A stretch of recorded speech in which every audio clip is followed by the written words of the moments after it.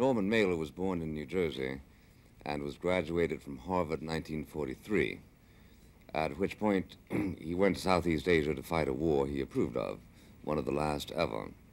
He returned to write The Naked and the Dead and to begin his ascent, as he put it, to the presidency, by which he means to his acceptance as the top American writer alive. He has recently published a book called The Armies of the Night, which is the story of the campaign he and Robert Lowell and Dwight MacDonald waged upon the Pentagon One, which has been greatly acclaimed. It is safe to say that men of better critical judgment than Mr. Mailer now regard him as the best writer in America. His technique is one of unalloyed narcissism, mitigated by a recognition of, not to say a devotion to, his own shortcomings.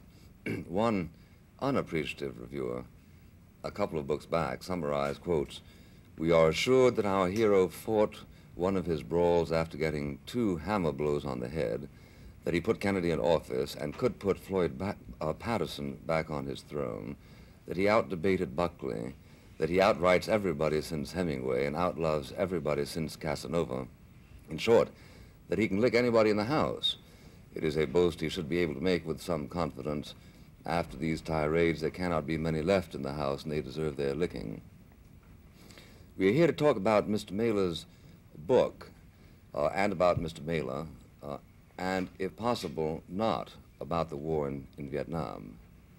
I should like to begin by asking Mr. Mailer to disclose whether he believes that artists should be immune from the harassments of the law. Before we do that, I'd like to correct one thing in your charming introductory remarks. And as I never claimed I was the greatest lover in the world. Oh, yeah, sorry. So, once again, you were making your case too fine. No, I don't think artists should be... only since Casanova, though. I don't even claim that. I don't think artists should be let off anything. Quite the contrary. Whatever gave you that idea? Well, what gave me the idea was that you were sentenced for 5 days in jail, and as I understand it, you were appealing on the grounds that it was that you were sentenced because you were very famous, and that therefore this was a discriminating act. Now, do I therefore understand that only people who are not very famous should be sentenced when they break the law? Well, that's not my impression of it. Actually, when I got the sentence, I wanted to get out that day just for reasons that were quite private and personal. When you're in jail, when you think you're going to be in jail for a day, it's mildly disagreeable to be in jail for 5 days. It's just a mildly disagreeable matter. There's no great injustice going on. And I could have stayed in jail for 5 days. I think looking back on it now, I wanted to get out in one day because I had a feeling there was a book in me, and 5 days in jail could take the edge off that book. I wanted to get back and I wanted to see my family. I thought if I could get out on bail in one day, I'd come back and serve the 3 or 4 days. At that point, the lawyer said, well, you know, it'll cost about $1,000 to appeal it. I said, well, good Lord, then I'm not going to appeal it. I'm going to go in and serve the 3 days or 4 days that remain of my sentence, because that's certainly, I think that's cheaper than $1,000, you know. And then they said later, well, no, we're going to appeal them all in a group. And so far as I know, my case is one of 25 or 30.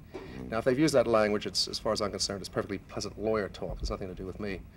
I think you know that you don't keep up with every last detail of your life because there are things written about you by friends or associates of yours that sometimes give you pause.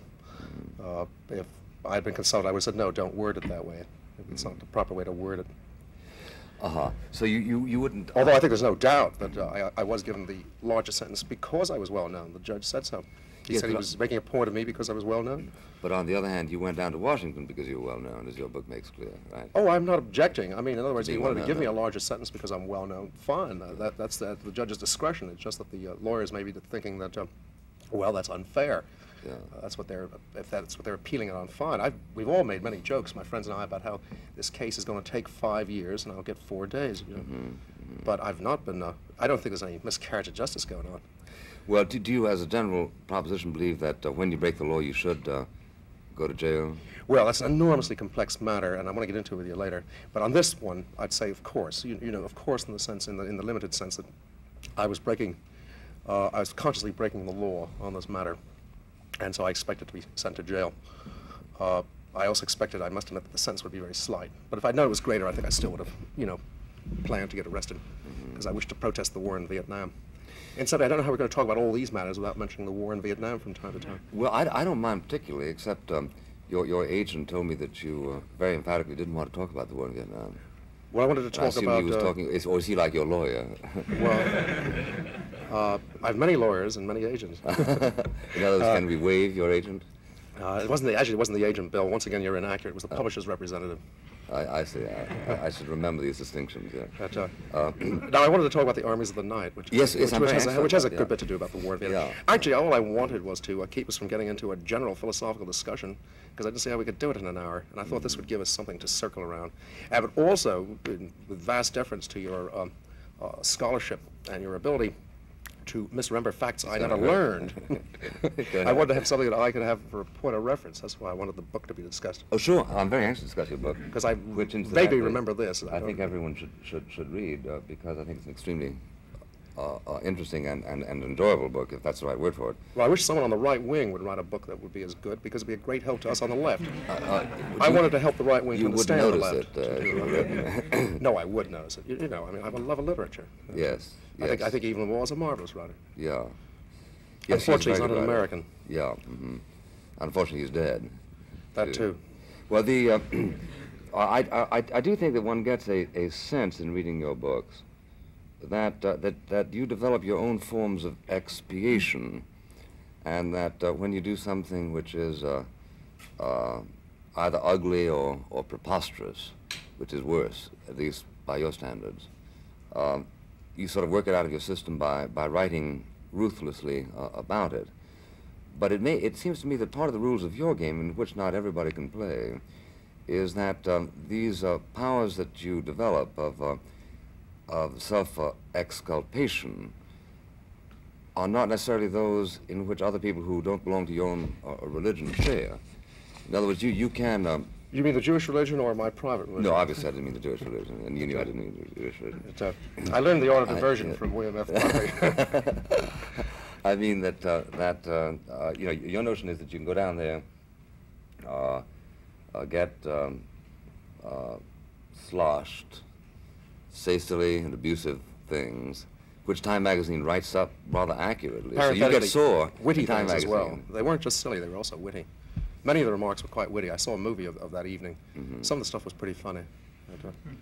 I was surprised. Yes. I was even better than I thought. That's right. That's sure. And I don't doubt that one can be funny even while being all those other things, right? Drunk. Yeah, drunk. Certainly, you've seen people who've been funny and drunk. Oh, sure. In fact, some people have to become drunk in order to be funny. Funny, drunk, and abusive. I first fell in love with the Irish because they had this great gift of being funny, drunk, and abusive all at once. It wasn't their religion that did it? It bore a deep relation to their religion. It may be fond in a tangential way of Catholicism, which is why I went to Notre Dame recently. Which is why what? Which is why I went to Notre Dame recently to have a premiere of my movie, the world premiere. Yes, because you were fond of the Fond of the Irish, yes. Yeah. Well, I'm a racist. The point I think is worth pressing because a lot of people, as you know, spend many hours agonizing as postulants of your religion, and I do think that one of your forms is, as I say, this ruthless self-criticism. Which in itself is very interesting. Of course, we've seen it before, haven't we? St. Augustine and other of your predecessors. My literary betters. A point that no doubt was raised in Notre Dame. Yeah, But my point is that at the end, you forgive yourself as a generous man. Full of compassion. That's right, yeah, as a compassionate man. But this doesn't necessarily happen to all the people who read you, I suppose. They tend to consider as mitigating the fact that your muse has been stimulated into staccanovite activity every time you get into a jam. But this doesn't necessarily mean that you were right in what you did. Isn't that correct? But doesn't your book, in effect, contend to this? No, what I was trying to do in the book, if I can say what I was trying to do, because I listened with enormous interest to everything you were saying, because it was as Greek to me. Really, I didn't see the book that way. I didn't see it as a tremendous confession. I thought it was rather a superficial presentation of myself and my attitudes. Why superficial? Well, I didn't go deeply into, I mean, I could write another book below this book, if you will, which would be 3 times as long and happily 10 times as deep. This book, because I was writing about myself in the third person, I felt there was a comic vein that could not be ignored, which I liked and enjoyed. In fact, I think there's nothing more health restoring than to write about yourself in the third person for a period of 9 weeks and 90,000 words. It gives you an incredible detachment about yourself and a sort of tolerance and good humor, not only about your foibles but about your virtues, which is very important. Because, you know, we all tend to have a certain charity for our foibles, but we always, if we're not careful, we get too serious about our virtues. When suddenly we see the virtues in relation to the foibles, and we take a certain detachment from ourselves, things get a little less irritating, a little less maddening, a little less, over-passionate. But what I would like to get back to really is that what I intended in the book was to show that there's that for years there's been this newspaper legend that has grown up about me, which was overblown and anomalous, and finally it was ridiculous. It had me as some sort of a savage, barbaric version of Hemingway. And in fact, I'm half the man's size, and physically, and probably in literary ways as well. And I just felt that it's part of the madness of America. For years I felt that the greatest trouble with this country is that it's insane. Not the people, but the social mechanisms in the country are insane. Oddly enough, we'd agree on half the social mechanisms that are insane and part company altogether on the others. But one of the things I felt, one of the tiny things that I felt it was certainly insane about was me. Now, everyone has the idea, because I write about myself all the time, I think I'm enormously important. I don't, but it's the one thing I really do know something about. It's the one thing I claim to be an expert on, is myself and my own intellectual adventures. And in fact, I'm even on record as claiming that I'm an intellectual adventurer. Because for me, the interest in an idea is not necessarily in verifying its certainty, because one rarely can. It's in getting an intimation of whether it's a well-placed or nicely proportioned idea by the way you feel it as it passes through you. Or as an existential approach to the intellectual life. So I wrote this book not to exculpate myself, but to show that Time magazine finally was a little mad. They were part of the madness. That the newspaper coverage of this event was part of the madness because it didn't enter it. You see, it condemned from without, which is, by the way, the absolute mark of the psychotic. I worked in a mental hospital years ago when I was in college for a summer, actually for a week because I couldn't take it for too long. And one of the things about all psychotics in this mental hospital, or almost all of them, was that they all condemned. They had an extraordinary power to condemn. It was absolutely unbelievable. They had very little perception of what was going on, but so far as they could perceive anything, they immediately condemned it. Well, are we talking about psychotics and or Time magazine? If you notice, I lumped them together, yes. Yeah. Well, now, I think it would be interesting, since you yourself selected that as a point of departure, to understand your book and your entire experience, perhaps by considering the rendition of it that was reported in Time magazine, which struck me even after reading your book as perfectly accurate. Well, it was perfectly accurate in a superficial way. I chose that not because it was we all know you could take an example of Time reporting that would be incredibly inaccurate. I took this because superficially it was quite accurate. If you insist upon looking at everything I do in my book on a superficial basis, then you'll find the Time magazine version is accurate.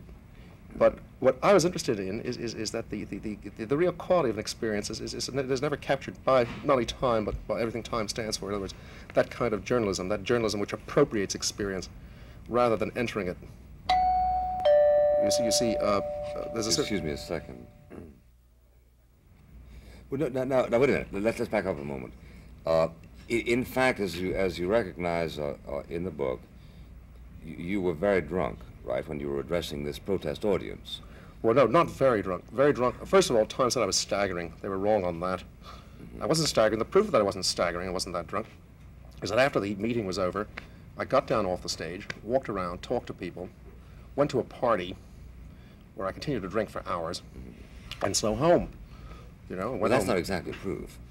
Well, it's proof. Generally when a man's staggering, he's a remarkable fellow if he continues to stagger for the next 5 or 6 hours. But you are. You've got to be an Irishman to stagger for 5 or 6 hours.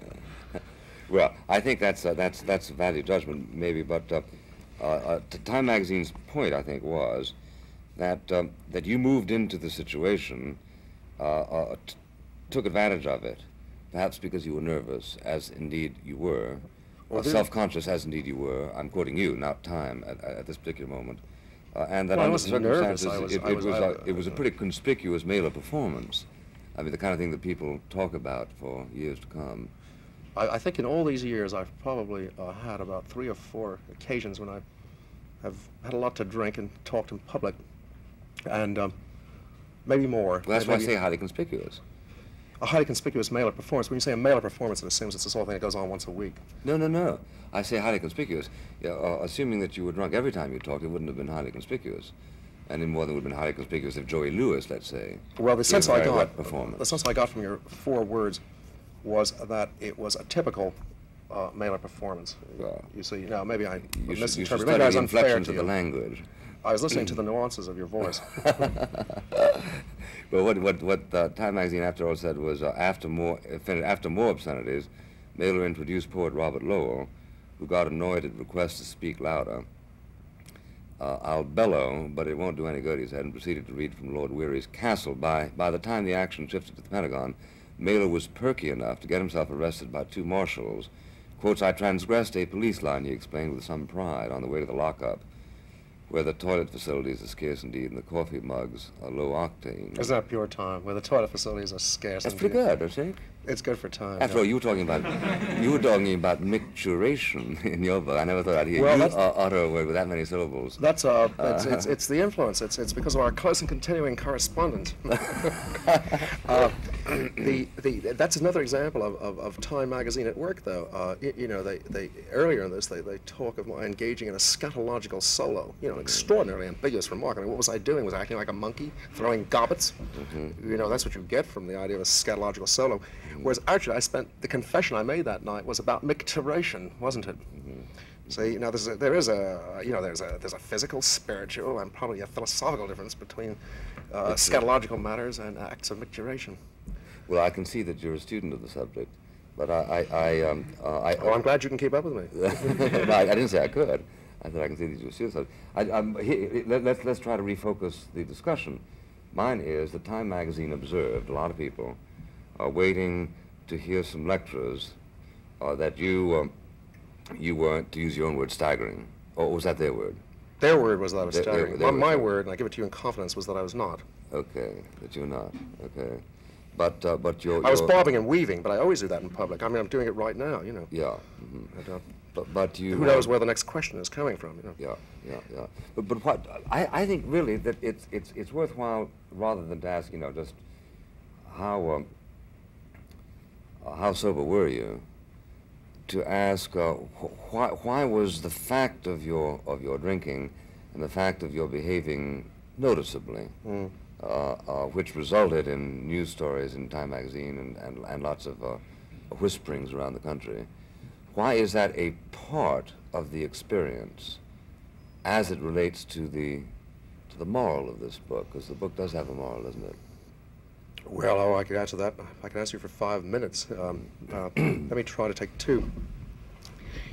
To begin with, one of the reasons, let's say one of the conscious, purposeful reasons I was out there drinking, anytime a man gets drunk, he can't state to a certainty that he got drunk for a political reason, or a philosophical reason, or a spiritual reason. He may have gotten drunk because he had to get drunk because he was upset about something. Yeah. You see, there's always that doubt implicit in it. So I'm going to say that so far as I know my reasons for getting drunk that night, and so far as they had a point, one of the points is that I've always found the left to be as stuffy as the right. In other words, the extreme left is about as boring as the extreme right. And I think both suffer terribly from this. And I just wanted to show them that there's a certain sort of, there's a cult of propriety about speaking in public. And this cult insists that the speaker always be completely sober, whereas we know for a fact that most speakers, when they get up to speak, particularly at banquets and so forth, they're often dead drunk. It's just they've found a way of doing it where they become... You sound like Time magazine. They're not dead drunk, they couldn't speak. Right, thank you. I'm glad you've learned the fine point that I made earlier. I learned fast. Yes, you do. You really do discriminate. The notion I wanted just to get across was that these people get up there. I mean, any number of famous poets, authors, politicians, and so forth, who really go maundering after a little spit, if I may quote myself for a phrase. They're up there and they're desperate to think of the next phrase because they're sodden with liquor.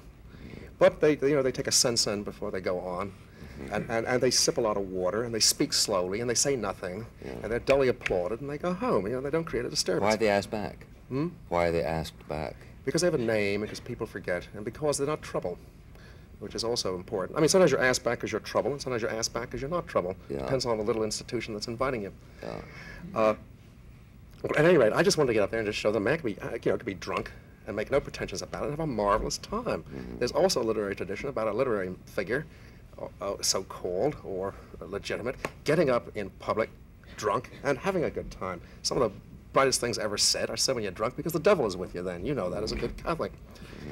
And Brenton Behan, for instance, I mean, the poor man drank himself to death, but he was fabulous in public upon occasion when he was drunk, better than when he was sober. So I thought I was working within a good, firm tradition, and I wanted to start on the left. I wanted to get the troops fired up. I wanted to give them a few laughs, and I wanted to say a great many things. I also was appalled, you see, by the general air of the occasion. There was a pall that hung over the left because they were in terror before this thing. It was an extraordinary move. People on the left are more law-abiding than anybody else. That's why they're on the left. They have... Explain that, would you? I'd be happy to. It's exactly because their lives are so middle class and full of propriety that their political ideas become more and more powerful. I mean, you very rarely find a leftist who's the kind of guy who goes out in the bar and gets drunk every night and gets a couple of bar brawls. They're always somewhere comfortably between the center and the right. I mean, 9 out of 10.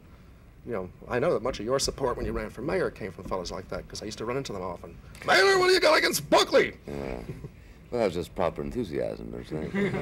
I never resented it. I said if I didn't have an idea in my head, I'd be for it myself. I used to say that. You always find just the right word. Your point is that the political left takes its politics so seriously that it understands the necessity for abiding by the law? No, sir. No? No. No, I was talking about emotional matters. I was saying that the left generally... There's an old joke. There's an old joke on the left that... which is, are the dentists yet on the barricades? There's something about a proper life that tends to make one a little more radical in one's opinions, and I've always felt this has been the disease of the left. You see, just as the disease of the right is greed, bigotry, insensitivity, and general stupidity, so the disease of the left, yourself excluded, sir, sure, I assure you that. So the disease of the left has always been excessive propriety in family life, excessive obedience to all the small laws of daily life, such as you're only crossing at the corners. You'll find that many more communists and Trotskyists and people like that will cross at the corner, you see, than Minutemen or FBI men, Well, that's because they want to save themselves as lawbreakers for major occasions, isn't it? Well, they may say that to themselves, but I think the real reason is that they think of overturning society because they do not know how to break a few small rules and laws. Now, I, as an existential leftist, as a left conservative, often felt that what the left needed was a great deal of waking up. Now, of course, I always consider myself ridiculous because I'm always seeing myself as either larger or smaller than I am. And on this occasion, I saw myself as larger than I am. And so I thought that I could do it, that I could engage in some sort of Herculean activity, you see, lift this entire left movement up on my shoulders. Yeah. Absolute madness, narcissism, if you will. Of course, what happens is that when you go in for such extraordinary narcissism, it's like a great house cleaning, a spiritual house cleaning. The next day I was full of contrition. Yeah. I felt very modest. I suddenly realized these were terribly serious matters, and that finally a man could not only go to jail for a couple of days, but if the country kept going the way it was going, if the war in Vietnam continued, that I, this great lifter of the left, was finally probably going to end up just a mean little convict like any other, having to be in jail for a year or 2 or 5, because finally I realized I'd become so opposed to this war that I was ready, on a full hangover even, to go to jail as a protest against this war. That was very chastening. Those were the first 2 days of the... I remember I said it would take a few minutes to do this. Yeah. Those are the first 2 days of the... Before you go on, though, I would like to ask you this. You say that you had been ready to go to jail for a couple of days. But, no, I'm not making myself for 4 or clear. 5 days or whatever. Oh, yes, yes. Because of the opposition to the war. But is there a point at which you would have considered that you would not have been prepared to disobey the law? That is to say, if the penalty was life imprisonment. Yeah. Excuse me. Well, I think obviously. I'm interested in the answer to that question because people are groping for means of causing people to abide by the law. And some people, myself for instance, are about ready to believe that some of the punishments for breaking the law are probably too trivial. So is there a certain point at which you would have been deterred? For instance, Dwight MacDonald made it very clear on this program a while ago that he really didn't want to go to jail. No, I don't either. Who wants to go to jail? Well, some people would love it. Well, a few I'm sure do. that Eamon Hennessy A few do. never happy outside of But I jail. can't say that I'm one of them, no. Yeah, No, I'm too much of a pleasure lover to even dream of enjoying jail. yeah. But in answer to your question, if let's say if the penalty had been life imprisonment, To take an extreme. would I have done it? No, but you know what I would have done? I would have been forced to go underground, you see, or leave the country, or turn into an enemy of the country. Well, aren't which you, is- in one sense, an enemy of the country? No, sir, not yet. Not yet. Not, what do you mean, not yet? Well, I mean, I still believe that this country is a marvelous country, and that one fights within this country. If one's completely wiped off the board, in other words, if you really have no way to fight for your ideas any longer in this country, then you have to decide one of two things, which is either one, your ideas are wrong, or two, the country is wrong. Correct. But we have, for instance, Mr. Gore Vidal, who says that unless we elect an anti-Vietnam War president in November of 1968, he will renounce his citizenship. His reasoning is that if, in fact, the American people ratify a war that he considers so detestable, then he will become finally convinced that the American people are not worth associating with. On the contrary, that you must dissociate with them. You don't share that opinion? Well, I don't, because for one thing, I don't think that the vote is a pure expression of the people at any given time anyway. The vote is much too crude an instrument to measure what real feelings are in the country. Moreover, politics is extraordinarily complex and dialectical and contradictory. For example, Nixon could get in and get in on a pro-war policy and be the man to make the peace, precisely because he's a Republican, and that's long been a theory of mine, that it's the Democrats who start the wars and the Republicans who finish them. Mainly because the Democrats always have to prove that they're not communists, so they always have to be very militant against the communists. The Republicans don't have to prove that, so they can make peace with the communists. But if you look at the last few wars, that's how they've gone. You regret that? No, I think it's part of the pleasurable comedy of politics, you see. But, I don't take politicians seriously except as adventurers. I think they're splendid fellows as adventurers, and I admire many of their qualities. I admire their ability to move from idea to idea and bed to bed. That they're exceptional. Well, you say that the Democrats are always feeling the necessity to prove that they're not communists, but are you glad that they're not communists? Am I glad they're not communists? Yeah. Listen, I detest communism. I detest it much more than you do because I know much more about it. I mean, I've read, for instance, I read Marx. You know, studied him. I spent 3 months studying him. I love Marx, you see. I just detest communism because it betrayed Marx. This is the way you might detest some awful Christian sect that had completely betrayed Christ, you know. Yeah. I certainly understand what you're talking about, but it is, of course, true that the typical communist who lives, let's say, on the other side of the Iron Curtain would be much less frightened by a Mailer administration than, say, by a Buckley administration. No, I think so they at can least comprehend. as far as they are concerned, I think they would probably consider the people I support as more relevantly anti-communist than people you support. The last time you were heard of on the political ramparts was on a committee on being friends for Castro, for a fair play for Castro committee, or I'm still, I still am all for Castro. I think he's a remarkable man. Let me just say that I think that the communists would probably, well, I can't pretend they would ever be least bit happy with you. They would feel a certain security, which is they would feel that they would have some idea of what you might be about to do next. They couldn't ever feel that with me. I love the way we're treating each other as world leaders. You see, I'm not the only narcissist in the house. No, you always told me to respect your metaphors, which I'm just doing. I'm glad that we're beginning to find some conjunction of discourse. I'm beginning to, well, let it go at that. But no, for instance, see, I like to keep a certain freedom, a certain liberty to look at the lineaments of major figures. For instance, just until the strike started in France, as of a week ago, I was saying I thought the two greatest political figures in the world today were Fidel Castro and Charles de Gaulle. Now, I think I may still be able to say that a week from now, because I think, so far, I think de Gaulle's been acting sort of, I think he's the world's greatest living conservative. You know, I think he's a remarkable man. I'm tremendously fond of him. I have great respect for him. I have great respect for Castro. The point is that men's, you know, this is the way one can have a great respect for saints and generals, for criminals and cops. You know, such a thing as a great cop and such a thing as a great criminal. And the way I work, it's very hard to explain this to people, but I don't think in categories. I think rather, I try to think this way, that the world is better off if every so-called type in the world is better. In other words, it's a better world when the cops get better and the criminals get better. It's a poorer world when the cops are dull and the criminals are dull. In other words, as an existentialist, what I believe is what really is important at a moment is how much life there is, how much psychic life, how much spiritual life, how much physical life. Yeah, but I think we better stop and rescue that from banality. Please do, because I can't see what the banality is, and you want this old horse to walk over the cliff. What it is that decides what makes, for instance, a good criminal class.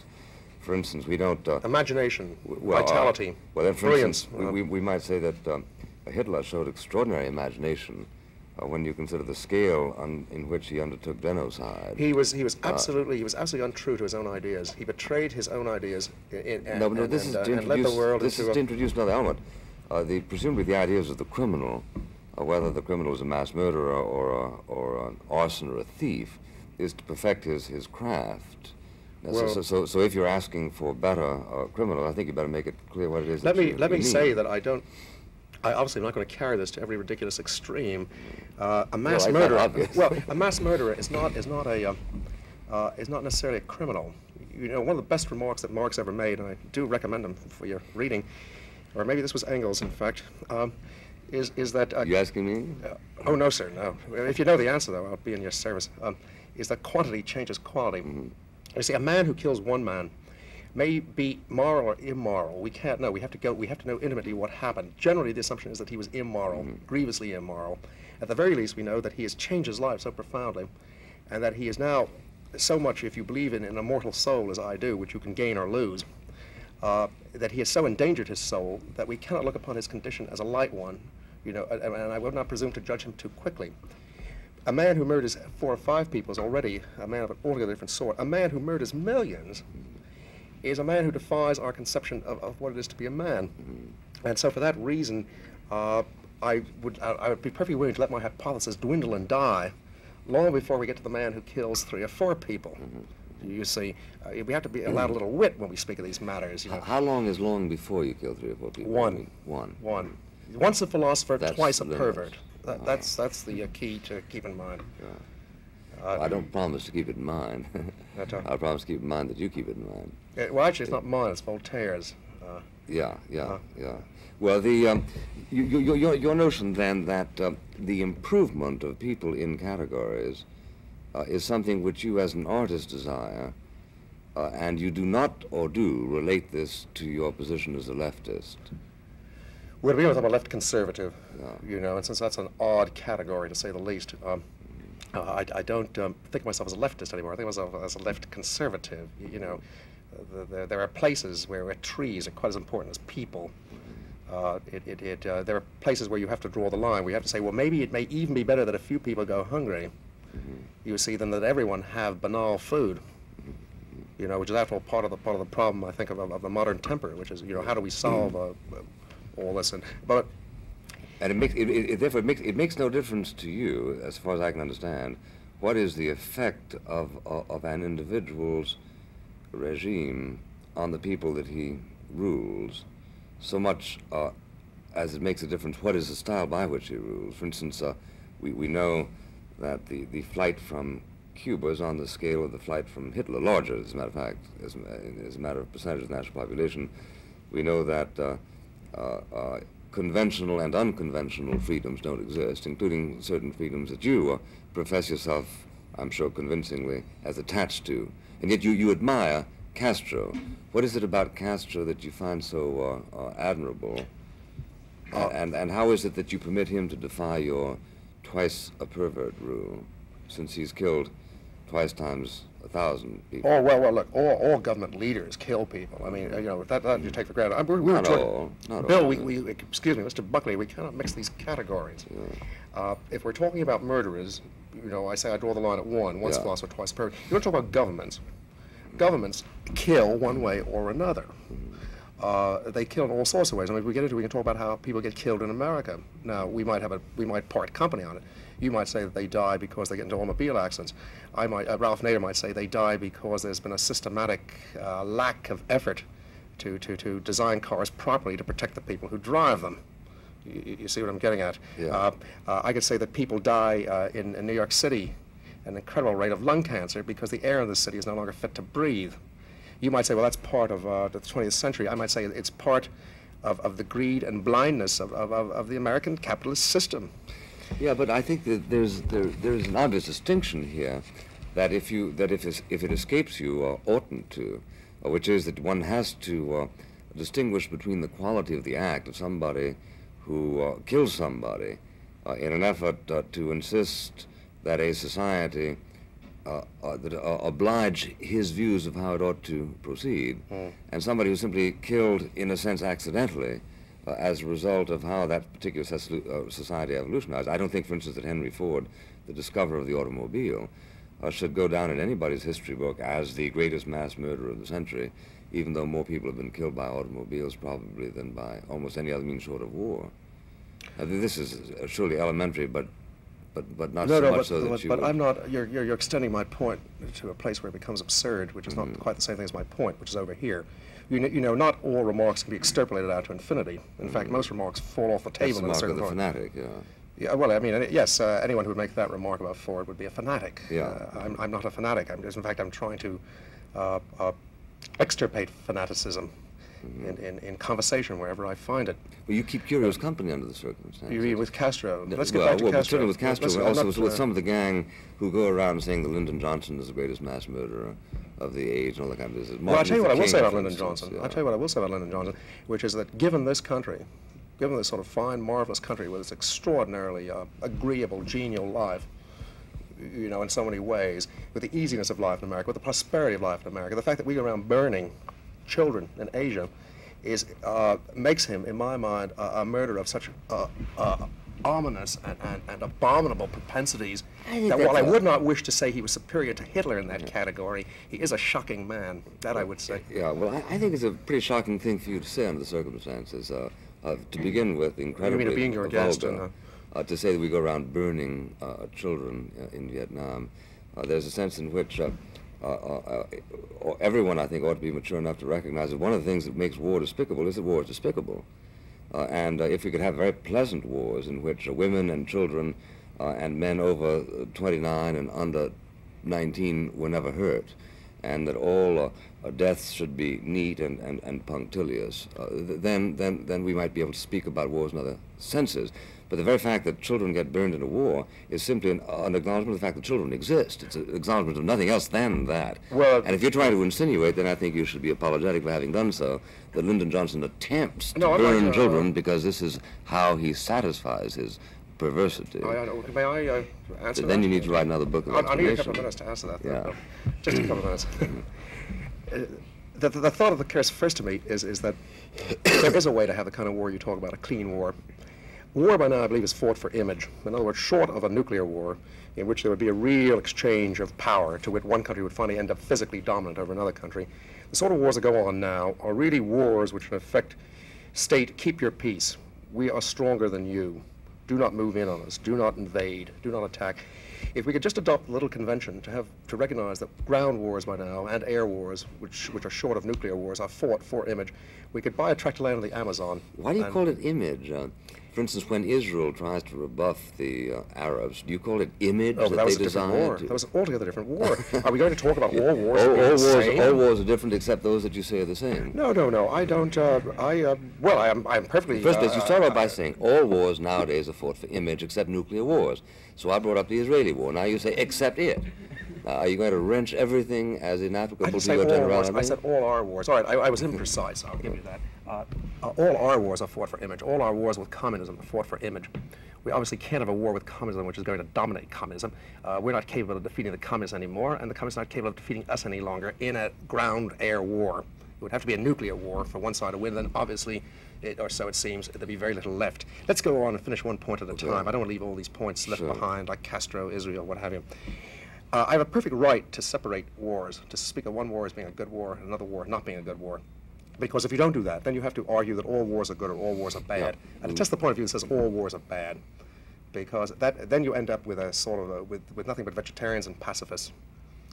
And I think that life is more active than that. And I think that, for instance, I believe, and this is the conservative side of my politics, that a young man who is willing to die for his country is not an ignoble or ridiculous young fellow. I think it's tragic when he's asked to die in a war, which is absurd. Now, you may then say, well, who am I to decide that war in Vietnam is absurd? Well, then we have the argument on that ground, whether that's an absurd war or not. Which is certainly a ground that I don't funk. No, you have your opinions on it and I have mine, Yeah. and if you want to, we can get into that. But what I'm getting at is I don't want to be boxed into a corner where I'm going in through, trying to sweep the food off the table through logical niceties. How's that for a mixed metaphor? Pretty bad.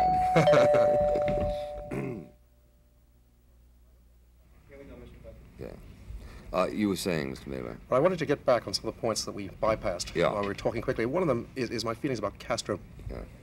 To begin with, one of the reasons why the rate of people, not the absolute number, but the rate of people who left Cuba have been greater than those who left Nazi Germany, which I take from you as being factual. It may not be. But if it is, there are a number of reasons for it. One of them is that Castro let them out. He did not keep them from going out. He allowed them to leave. He didn't always allow them to leave, but there was a period where he let Well, them that's leave. historically inaccurate. Hitler Very allowed sad. anybody to leave, but he wouldn't allow people to leave with their property.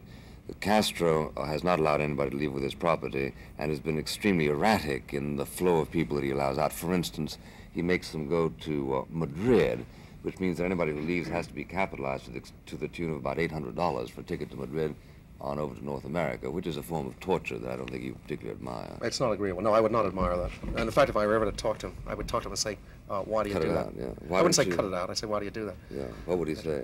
I'd be interested in his reply. It might be different than yours. I hope so. But at any rate, the reason I admire him is because the man has a heroic quality. Because I believe that Cuba under Batista was far worse than it is today. I think it was an ugly, obscene, disgusting place. I think today I have a hunch that there are any number of aspects of Cuba that I would detest. I think there'd probably be a fanaticism and a militancy that I wouldn't this like. is very fashionable. I hear this said very, very often, and I think it is thoughtlessly said. For instance, I hope you remember that National Review loathed Batista. But under Batista at his worst, there were certain things that you could do. For instance, you could found an opposition newspaper. For instance, you could publish your book. For instance, you could join a labor union. For instance, you could strike. For instance, you could travel in and out of the country. For instance, you could practice your religion freely. Now, it seems to me that here is a list of 6 things which, even up against the personal vulgarity of Batista, made life in Cuba a hell of a lot preferable under him than under his successor. Well, it certainly did for the middle classes in Cuba up to Oh, a well, point. how about poor people, too? Poor people read books. Well, no, but there was a very low literacy rate in Cuba. Castro's improved the literacy rate enormously. Well, you see, enormously, yeah. Well, I don't have the figures, so I won't say enormously. He certainly has improved it. You don't pretend he hasn't improved No, the I literacy rate. don't pretend that. But for you to say that, after all, poor people don't really need freedom, whether economic or political. I'm saying the opposite of that. Well, you're saying that in effect. You say, well, these are middle-class values. The poor people What about joining a labor union? You're supposed to be for that, aren't you? No, well, that's one point at a time. The poor people never had any freedom under Batista. They had the freedom to starve in one place. They had the freedom to be beaten half to death by the local police. That isn't true, you know. I gather you think it's true because I'm sure you wouldn't say it otherwise. But in point of fact, it isn't true, you know. The only people who were beaten up by the Batista police were people who wanted to replace him. He was a despot. I don't deny this. But I'm simply saying that since most people do not want to replace the government, and since in point of fact it was the middle class who led the movement against Batista, not the lower class, in point of fact, therefore, the lower class enjoyed a great many freedoms which were tangible things to them, which they're not nowadays allowed to enjoy. And for you to goblinize the whole era of the 50s, as a period during which the poor people just simply had half a banana a day and spent the rest of the time in prison, it's just plain inaccurate. It's melodrama of the kind that makes it much easier for you to justify, again, the Mailer expiation. You're having subscribed to a committee which was bankrolled by Castro himself, it turns out, called the Fair Play for Castro Committee. It's these myopias of yours that make you less than a reliable witness. You're a wonderful writer, but a terrible witness.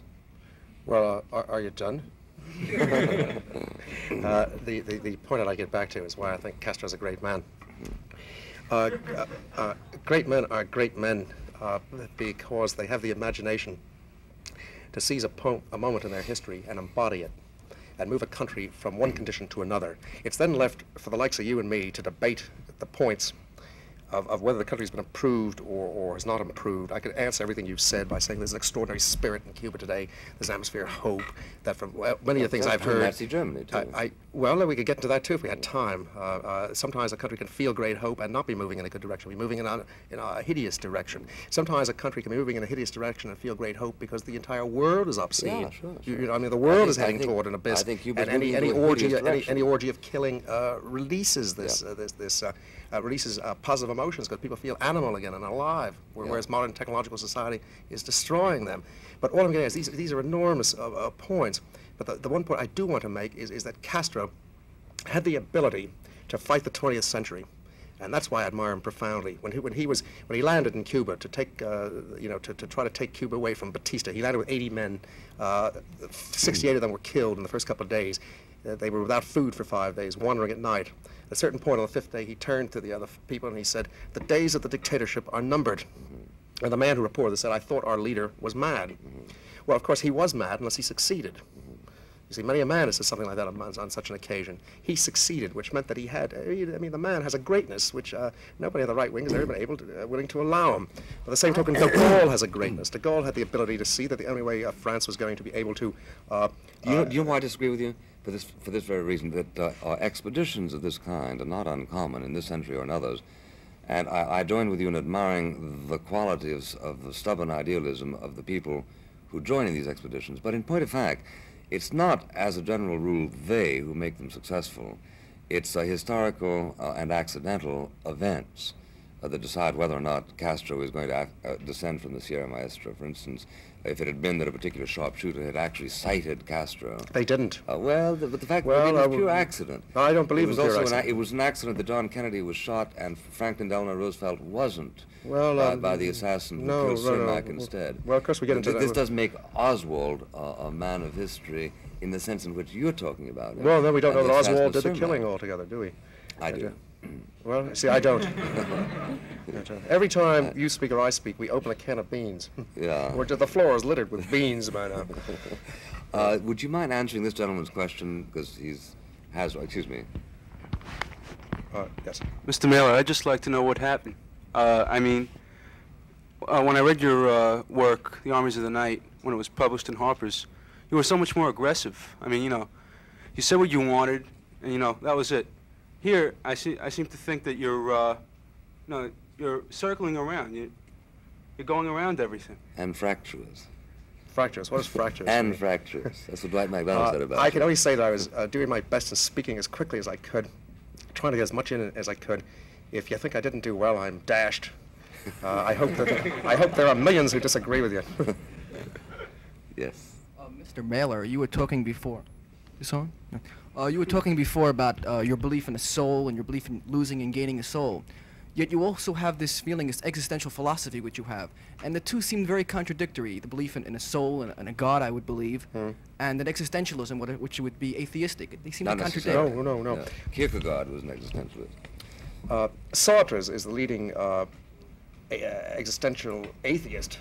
But I'm not an atheist at all. There's nothing about existentialism that lends itself to atheism. In fact, it's rather difficult philosophically to be an existentialist and an atheist. Because the first notion of existentialism is that the very feel of the existence that surrounds you at any given moment has enormous meaning. There's a particularly very crude way of putting it. But it has meaning to you, not to a higher Well, but thing. what I'm getting at is from that point, it's easier to move philosophically to the idea of at least a God, and probably a God and a devil, and of forces about one, rather than to believe just that one's own concrete body and there's no meaning beyond oneself. Thank you. And there was one more question, I think. Yes, sir. You need the mic. Hand it back, would you? Mr. Mailer, you spoke earlier at the same time you were talking about Castro, about de Gaulle, and called him something to the effect of the most remarkable demi-conservative in the world today.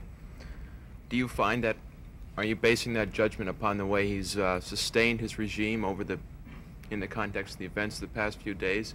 And if so, how do you rationalize that with the fact that his regime even allowed this a general strike which encompassed 10 million people to take place within his country? Well, a man can, I can say a man is the greatest, I think is the greatest representative of his political philosophy. That doesn't mean he's going to be completely successful. In fact, he may even create a disaster eventually. Castro could fall, de Gaulle could fall.